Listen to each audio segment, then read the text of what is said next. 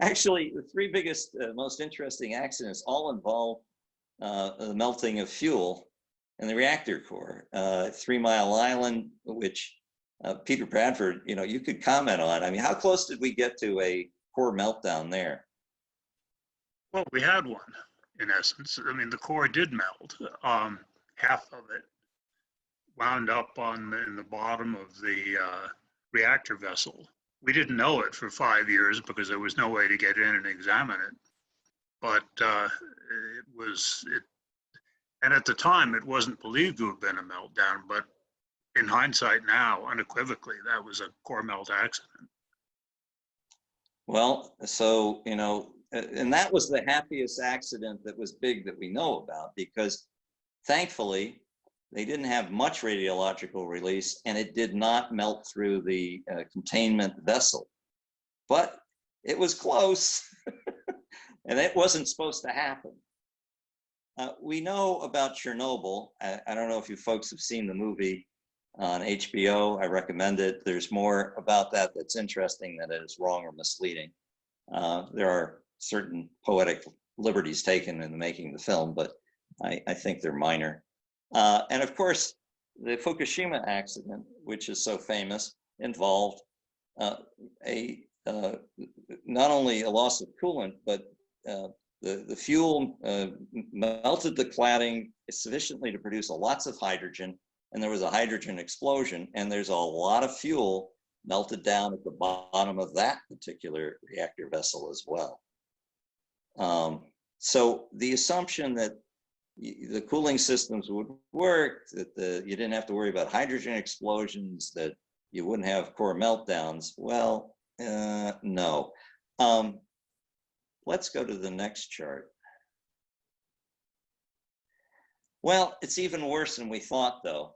It didn't even save a whole heck of a lot of money because the containment systems, maybe they weren't as thick and big, and that saved money, but the cooling systems turned out to be kind of expensive, and all the complications associated with building these plants grew with the size. They did not get cheaper, and even with the containment requirements being dialed back, you can see in this chart the capacity of nuclear power growing, but also the costs,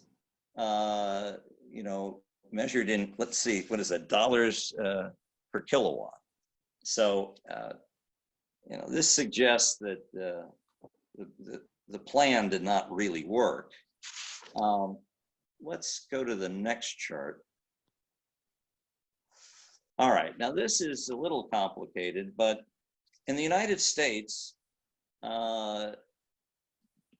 we have arguably one of the best and most extensive forms of nuclear accident coverage for covering damages that occur outside of the chain link fence that can around the nuclear power plant.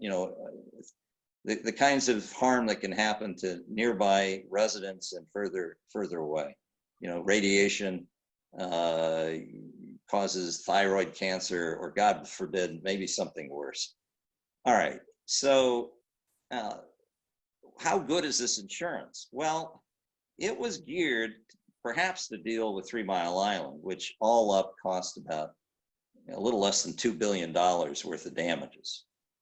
And how does it work? Well, there's about $450 million worth of insurance that each of the nuclear utilities in the United States chips in to buy, and they buy a pool.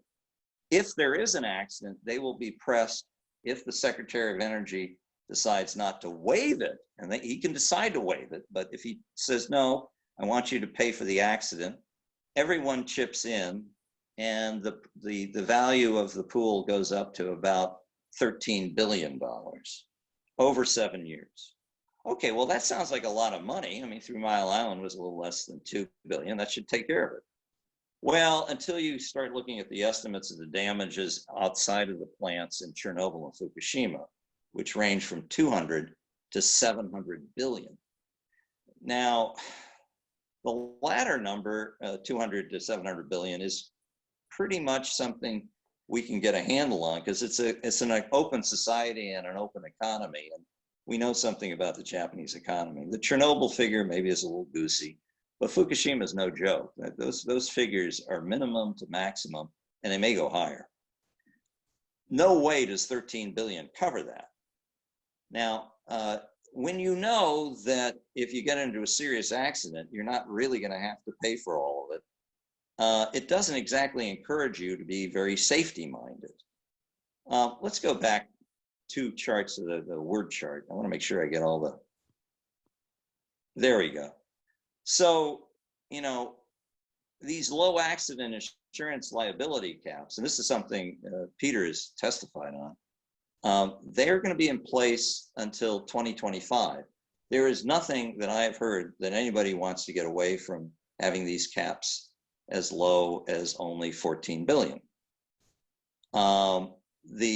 And if anything, there's a desire to make sure the caps continue. Now, what's interesting is, where did this cap and formula come from? Oh, it was called Price-Anderson. And it was devised, I believe, in 1957.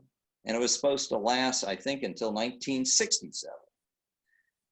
You know, there's nothing as permanent as a temporary grant of subsidy. Yes, this is an enormous subsidy. Depending on who you listen to, it's worth a few cents per kilowatt hour to 22 cents per kilowatt hour, but it's worth several cents at least. And as our president would say, several cents is huge. And the reason why is, give you an example, natural gas comes in at around 4 to 6 cents. So if you have several cents worth of subsidy on something, you're almost already at a point where you might as well just go with something like natural gas or its alternatives than nuclear. But that's on top of everything. So if you factored in the costs, you notice we said 12 cents per kilowatt hour for construction capital costs. Well, if you added the liability value of this subsidy, it would go up a few more cents. This gives you some idea how enormously expensive nuclear power has become, at least new nuclear power in the United States. Now, it has another kind of insidious effect, and I think, Peter, I got this from your testimony, and that is that with rising construction and operating costs, it discourages the industry from wanting to have any additional safety requirements or regulations, and they're forever lobbying against them. This does not make the world safer. It may make it cheaper for them to operate, but it doesn't make anything safer. And this is peculiar and relatively unique to this industry. And the reason why is it's so much more expensive than its competitors. Other forms of energy, I'm sure they don't like safety requirements either, but they can afford them more easily. And they don't fight them quite as hard.